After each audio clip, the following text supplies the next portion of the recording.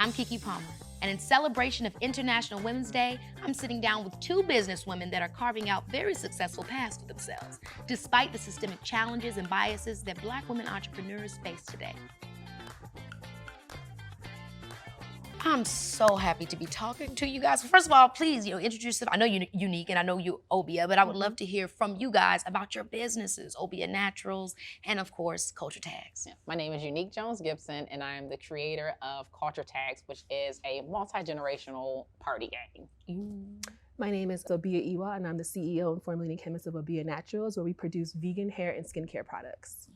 So wait, what sign are you guys? Aquarius. I always have to ask this. Aquarius? So your birthday just passed? Or, okay. I'm a Sagittarius. Oh, okay. So I have a Sagittarius moon. So I feel that, fire energy. What's your sign? I'm a Virgo. That's my sun sign. Yes, Virgos. Okay. Where are you guys from? Well, originally I was born in Nigeria. Really? Yeah, Did you grow up there at all? Until I was 5 years old. I went to school there. As soon as you can walk and talk, you go to school. So I remember struggling and suffering. I remember coming here. We moved to Utah originally, which was a shock. Now, what about you? I'm from Maryland, Prince George's County. Okay. PG? You still there? PG County, yes. Quite proud, sorry. PG? You're just trying to keep it contained. Go ahead, rep. Go ahead, rep. From PG County, gorgeous Prince George's County, Maryland. What about kids, family? I've been married for 14 years. Wow. I have 3 kids. I have 2 boys and a little girl. Yeah, my inspiration for everything. Kids, yes. And what about you? I have a son. I was in school for forever, so I finally decided to slow down a little bit. Career student. Career student. I love I it. actually was a career student. So yes, he's 18 months old and he's the light of my life. Oh my gosh, So congratulations. he's a pandemic baby. Yes. Oh, girl, it was a lot of those. Those babies are advanced. Yeah. He knows his colors and everything, and we're starting to count to 10. So. Oh my god. And when did he start walking? Oh, he was standing up by 6 months. See? The pandemic maybe didn't happen for me, but hopefully sometime. Hey, sometimes. Sometimes. When it's right. Yes, I definitely love children. Children. That's good. Which makes me think about Culture Tags, Eunique, which is your brand. Did they have anything to do with any of that? Well, my kids inspired me to do everything, but they actually helped me when I was developing the game. I was drawing the game on pizza boxes, and I would have them stand across the room, and I would hold cards up, and then I would actually test them out with my oldest son to see if he could guess some of the culture tags, because I wanted the game to be multi-generational. Yes, and I actually was so excited to tell you that I've played Culture Tags a couple of times before. I do game night. We do our little game night. Girl, as soon as we got into it, we're having so much fun. First of all, I love acronyms. I love, and the idea of guessing what it is, and then the way that you chop it up with theme and genres is so much fun. Thank you. Yeah. Thank you. Now, were you good at it? Were you were Girl, you the describer, or were you the answerer? Like, which side were you on? I was the answer. I'm really good with, wait a minute. So I was the one that was. You were describing it. Yeah, I was describing yes. it. Yes, exactly. So I think I did a good job because everybody was getting it with me. Okay. So I'm just saying, he was. I did good. Okay. Now, Obia, your brand is Obi Your Naturals. Yes. I'm mad I didn't get the natural hair memo today because y'all know I cut my hair off about 6 years ago. I went completely bald. Yes. And really was working to get my hair back in a really natural and just strong state with no chemicals and stuff. So I'm very happy. But today I threw this wig on, honey. I didn't get the. But it looks good. Thank you. It's But fabulous. Obi Your Naturals, tell me about this product. So this brand, I'm a chemist by training, actually. Got my master's degree in public health. Then my 3rd year in medical school, I was diagnosed with thyroid cancer, and everything changed. So it was something in my environment that was making me sick because the variant of cancer that I had wasn't caused by radiation or anything like that. So that changed everything and started having a healthier diet, healthier everything. And I realized a lot of chemicals I was putting in my skin and my hair were not good for me. So I decided to create something that was a healthier alternative to things that were already on the market that had phthalates and hormone disruptors and things like that. So I basically took off all the ingredients that I thought were harmful and created something that was an alternative to that. I love what you're saying with that because I don't think a lot of times we realize when it comes specifically to skincare, hair products, anything in that world, it's not really all the way FDA checked out all the time. It's not. They're not a lot. The only thing that's checked out is the label, not the actual ingredients on the inside. So right. How did that transition happen for you? I was just a medical student and I was just playing with things in my kitchen, creating things for myself. And I remember I went to my mom's church one day and there's a lady that said, "Oh, last week your hair was a bird's nest. What you changed differently?" And I'm like, "Oh, wait, word?" And I'm like, "This is something I put together in my kitchen." She's like, "Well, the next time you do it, I'll pay you for your time. Bring me some." And I was like, "You pay me for my time? Could this be a business?" And that's literally how it started. First of all, I love a good church lady shade, honey. Well, holy She said, shade. Girl, it you was a boss. bird's nest. What you do differently? So cute today. It's really nice and laid. What you do differently? Put some in a bottle and give it to me next time, girl. And you was like, Here here I am. It makes me think about, who was that first person in you guys' life that you saw actually have a business? Was it a female? Was it a male like me? When you think about business owner, who was your first kind of representation of that? Yeah, for me, it was my grandmother's. My mother's mother owned a bar. Okay, Nice. She had the liquor license. She had the liquor license. But she also owned property. And then my grandmother had her own school. I actually attended her school. Her and my grandfather had a church. It was just, again, I didn't realize it as a child, like this is different. So it was just, I was surrounded by Black women who were entrepreneurial, and I was just fortunate that my grandmothers were great examples of that. Yeah, that is incredible to have seen that. When I'm hearing you say, I think, as I asked that, I started thinking to myself, who were some of my first people that I remember asking my dad when I was, 6, 7 years old. I said, Dad, could you be the president? Mm-hmm. I really was thinking, Dad, you're Black. Can you be the president as a Black person? But I didn't really, I didn't articulate that. I just said, Dad, could you be the president? He said, well, as a president, it's about, yeah, I could be, but I would have to own my own business and X, Y, and Z. And I remember thinking, hearing the ownership thing for the first time, owning a business, starting something and having something to carry on. That wasn't something that I immediately saw. My parents were just kind of, working. My dad had a factory job and stuff. But I remember when he said that, okay, there's something to that. Right. To go to the next level in life, you have to own something. You have to show you can start something, finish something, take something to the next level. So that was like my introduction to it. What about you, Obia? Same thing. My mother and my mom's sisters, actually, they were very, very industrious. So we were in the village in Nigeria, very, very poor, but they literally made something out of nothing. And so we were farmers, and they would farm and, raise the cassava and then cook. Ooh, cassava. Right. Cassava. Yeah, make fufu, everything. So my aunt had a restaurant. So she cooked. My mom knew how to cook. We all cooked. They did everything they needed to do to be able to support their family. Your environment does not define who you are. Yeah. But even if you're in this area, you can literally get from the ground and make something out of nothing. So that taught me to not have a ceiling, that there's nothing that you can't do, because you see where they are and how they're succeeding in this environment. Then now you're in America. Yeah, yeah. Literally the land of opportunity. If they can do it over there, then what can't you do here? Yeah, definitely the land of opportunity, but also the land of obstacles. Like I remember my grandmother, she had her own right. We had to go there. My grandmother had her own salon for 40, 50 years.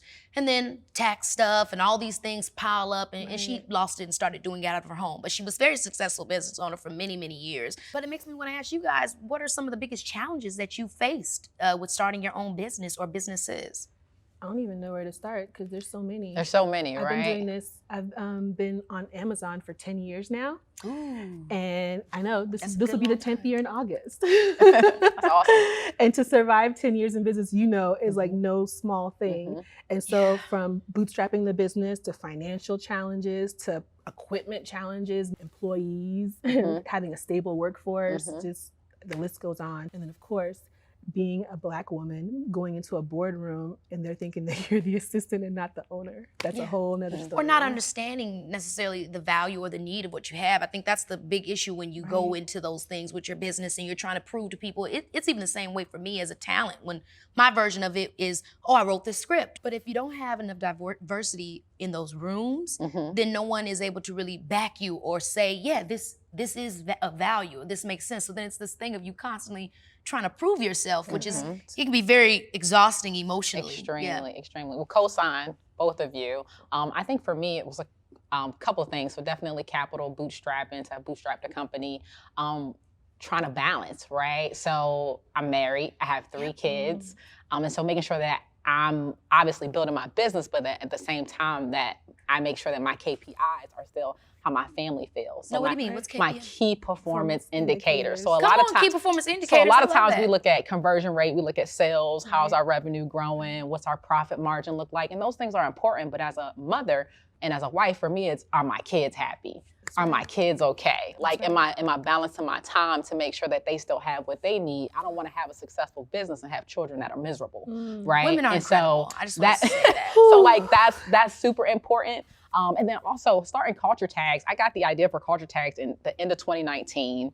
I tested it with some family and friends in my home New Year's Eve of 2019. And then I debuted it in February or March, and then the pandemic hit. I had to change my entire strategy, which is why I've been on Amazon for a year now, this coming April, and it's been a tremendous help in really just getting in front of the right people who are looking for things and are intentional in how they're seeking out things like games or hair products or whatever it may be. Or black-owned businesses. Or black-owned businesses, yeah, no, right? seriously, and I think Amazon has always been on the front line of giving smaller businesses an opportunity. I mean, that's literally, a lot of places you can't get into the retail stores. They're not looking for you. You don't have the connection. But Amazon is a place that you can go and you can say, hey, I'm putting my best foot forward. This is what I've got.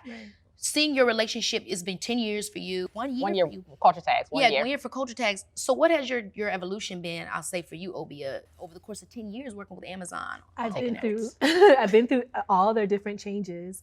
Originally I started on Seller Central, and I was the one that was shipping everything. And I also quickly realized that no, let me use Amazon's infrastructure because they could ship it faster than I can. And then I was even a vendor for Amazon where I sold directly to them and then they sold the product. We've been through so many different things. And even now, good thing about Amazon is like they really see your growth and they've been helpful. So even now I'm part of the Black Business Accelerator. You get access to, features that you couldn't even at the time afford, and someone is a dedicated representative every single month to check on your business to help you to really, really grow. How do you distinguish between, oh, this is a major investment, but this is going to take my business to the next level? How do you distinguish what those things are? Yeah, for me, when it came to Amazon, it was clear. It was like, I'm gonna pay a certain amount of money when it comes to like marketing to drive traffic here so that I could get in front of these individuals, but it's mutually beneficial because it gives me access to individuals who otherwise wouldn't even know we existed, right? And so right at the moment, it kind of feels like a hit, but knowing that it's available on an Amazon for people to grab it and to see it just makes it worth it because the return is there. Yeah. As a business owner, you're gonna learn patience really quickly, whether you don't wanna know it or not, because things don't happen overnight. Whenever they say it's an overnight success, that's not true, because they probably had 5 years before they had that one moment and then things blew up and then things went viral. So even when it is, even with Amazon, it took time to build, to have an audience, but a lot of people don't have the patience and they don't see the immediate result within a month or two and then they quit. But if you hang in there, you'll get to 10 years. Yeah, sometimes you're gonna have a good year. Sometimes it's gonna go up, sometimes it's gonna go down. But over the course of the stretch of time, it's going to be worth it. The great thing about Amazon, it gives everyone the opportunity. It is so hard to run a business and for this entity of Amazon to already have these things you have protections built in, and you have resources too. Like we have incredible. A rep and people who reach out to say, helping us with our inventory limitations and different things. So all that to say, it's a learning process, and it's great that you can learn there and apply the learning. Speaking of learning and everything like that, I mean, from what you've learned thus far, what are your dreams for culture tags? What is your dream for Obi Your Naturals? Do you see yourself one day selling? Do you want to always stay independent? What are your goals? I know that was a hard one, right? Well,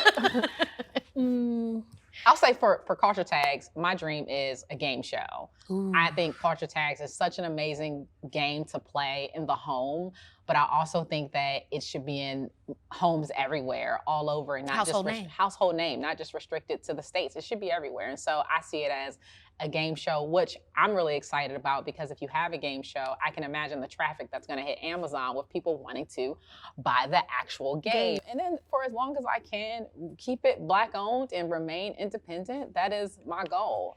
It's hard. It's hard, it's challenging, but I've been able to bootstrap. I have amazing customers. I have an amazing village. And so for as long as I can, that's the goal. My goal is actually to go international, because everyone has natural hair in so many different places. People have skincare problems all over the world. So I really want to use Amazon's capabilities to be in different marketplaces, across the world, not just in the United States. Yeah. Take me back to that day-to-day when you just started. What did it look like? So when I first started, I got a business license. You can actually do it online. I just registered online from the Secretary of State, got a business license. And then from there, of course, the bank account, and there's a list of things that you need to do to start the business, but you really just start from there. I went a little rogue. Yeah. It's different ways though. You're a student though, so you're a little bit more methodical. I'm a little rogue. You put it out there without even licensing anything. And this is very different for an Aquarius. They're usually very Really? I'm big on IP, so that's a big thing. So for me, it was game idea. The first thing I did was I purchased the domain. I am really big on ownership when it comes to your online real estate. You can get a domain name for $10. You can. Also get the email address. Yeah. Everything. All of that. Get Social all media of it. Social tags handles. before. Get all of it. And so the first thing that I did was the domain. I locked up the social handles and things of that nature. And then it became the question, once I did the prototype, I printed at a local print shop, tested out with friends, and it was like, all right, how much is this gonna cost? Search engines are your friends. Right. And so I searched to find manufacturers and some that I had worked with previously. And then it became, all right, well, how do I want to fund this endeavor, right? I don't have like wealthy parents that could just be like, how much is it? Right.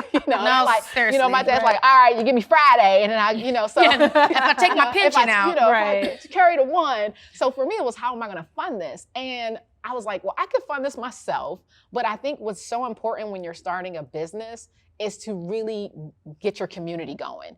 And so I knew that it was gonna be important because Culture Tags is a game that's really about us. It's about community, it's about communication. I was like, this isn't just mine to have and to hoard and then just say, here it is, buy it. I wanted to get people engaged with me. And so the best way for me to do that was through crowdfunding. What were you trying to get? I think the goal was like 15,000. And I think by like the same day, it was well over 15,000. Wow, that's awesome. And so it was great. Let me tell you, as a kid who tried to do fundraisers as a young person, it was no good. I was like, yes. But I don't think people give them as much credit as they deserve, because I think also a lot of people, sometimes we're like, well, I don't want to have to do that. I want to go to, but I mean, it helps the community. So even now, as we grow, the people who participated in that process feel so. Absolutely. I mean, their chest pokes out, and so. A lot of times when people are starting businesses, the biggest barrier, especially for Black women, is funding. Right. Crowdfund. Like, there's no reason to be ashamed of that. No. Crowdfund your project, because there are so many people who will see it and say like, even if they don't see the vision, sometimes it's just the fact that like you had the boldness to go out and to pursue it and to ask. Pre-pandemic, we had a lot of hair shows. There's a lot of events. Oh my gosh, if anybody was having an event, I was there. If you're at a church, you have natural hair, I'll be there. We set up a table, we had a really beautiful display, and we spoke to people. Person to person was actually the best form of marketing. And the greatest part about that is they would see you at a hair show or an event or some kind of trade show or a fair, and then they would buy on Amazon. And by the way, I think women are the best at that. Yes. Okay, we can get out into the field and say, hey, we spread the word, travel, meet as many people as you can. And then of course you can do online seminars, but meeting people was the best way to do it, especially as a small business. If you don't have any money, you bootstrap, you go out there, you get your product out there, and then use the money that you sold to reinvest, to buy more jars, buy more labels, buy more packaging, and then sell more. And that's the essence of bootstrapping. You buy and you sell and you buy and you sell. So realistically, when could you get to the point of saying, okay, well, I have some change left over, where it's not all going right back into the business? It took a few years, to be honest. Yeah. Doing it that way. It took a few years. And then when we wanted to expand, then of course, you have to do other things, try to expand as well too. So we didn't crowdfund, we actually people funded. So there's people, that would borrow money and, you give it back. So if we're in a room full of, new business owners, what are some of the things that you would tell them that maybe you could have needed when you first started your businesses? Meet other people, network. Don't assume that the problems that you have, other people haven't gone through them before. So you can sit there and work out that problem by yourself for 6 months, a year, or longer, or you can ask. I have a WhatsApp chat group with, other business owners. You think that they're your competition, but really there's bigger companies that are more your competition than the people that are quote unquote on your level. Big on village. Village is paramount. Also, I always tell entrepreneurs there are 3 Ps. You have to know when to push, you have to know when to pause, and you have to know when to pivot. Come on, push P's. Pause. Push P's. We push P's. I like that. Push pause, and pivot. You know, there'll be times where you're gonna want to push the gas, right? You're gonna want to go hard. You're gonna want to keep going. It's gonna be the time. It's gonna work for you. It's gonna resonate. So you push. There are gonna be times where you don't know what you want to do. There are gonna be times where you're confused. Times where you're trying to figure out what's the right direction to head in. Or when things are challenging, you might have to hit the pause button so that you can sit and assess. And then there are times where you might have to pivot. As the world changes, things have to change. And so even though I gave my answer about, you know, maintaining ownership, there might come a time where I might have to pivot. I don't know, but you have to be open to those 3 Ps: push, pause, pivot. I think that's so important in life in general. Go with the flow and allow yourself to be changed. You don't want to be just stiff like ice rock, you know what I mean? You want to be able to flow through. So I couldn't agree with you more. And I want to get even more specific with that question. If you're talking to women or Black women that are starting their businesses, does that change or impact the answer differently of how they should approach, you know, coming into this field, coming into the space? I feel like you double down on village as Black women. I mean, because you need that support and you need that insight. Iron sharpens iron. And there's so much that I get out of talking to other Black women who are entrepreneurs, who are in this space, who have challenges. And it feels really good to be able to go and ask them, whether it's about, you know, contracts, whether it's about resources. Hey, who's your accountant? Do you have legal counsel? Who do you enjoy working with? Or even if it's about money, right? Like how you spend your money, how you save your money, how you protect your money. Yeah. And then also education, because I feel like there's a lot of things you can learn in books. There's a lot of web courses out there. You know, educate yourself. You can't assume that you know anything about trademarks if you haven't read about it. You know, learn. It's kind of like you don't buy a car without at least knowing a little bit about the car. Otherwise, they'll just sell you anything that you want underneath the hood. It's the same thing with business. So I educate myself on all different aspects. I know fulfillment. I know shipping. Even when it comes to Amazon, there's a lot of education. That's why I love the platform, because on there, there's Seller University. If you have any questions, there's nothing you can't do that, you know, there's not like, you know, a module for or something to learn. And so for me being a career student, I love, you know, dealing with Amazon because you can learn every little thing that you have a kink with. That's why I asked you, are you brand registered?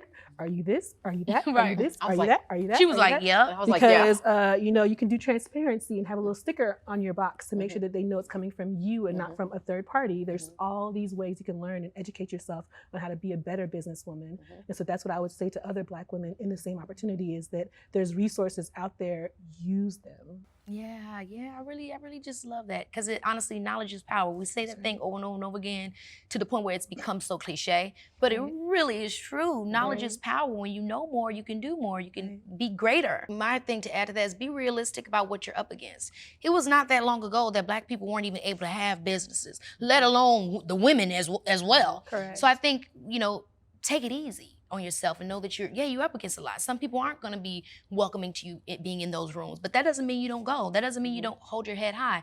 There are gonna be instances where you're gonna feel that, but you know what? That's not your problem. You just focus on the solution. You focus on getting to the end, and don't let yourself get wrapped up in other people's issues about who you are and where you're from and whatever else. And give yourself grace. Right. As you were talking, that came to me too, because we're so hard on ourselves, right? Way too hard. We've been, you know, everyone wants you're a Black woman, you're a strong Black woman, but like, no, not all the time, right? Like, no, it's give yourself grace, allow yourself to fail, allow yourself to learn from your failure, but give yourself grace. Right. It's been so great talking to both of you, and I think it's so important that everyone hears stories like yours and consumers support businesses like yours, and not just during Women's History Month, but all year long. So thank you again. Celebrate women-owned small businesses at Amazon.com/WHM2022.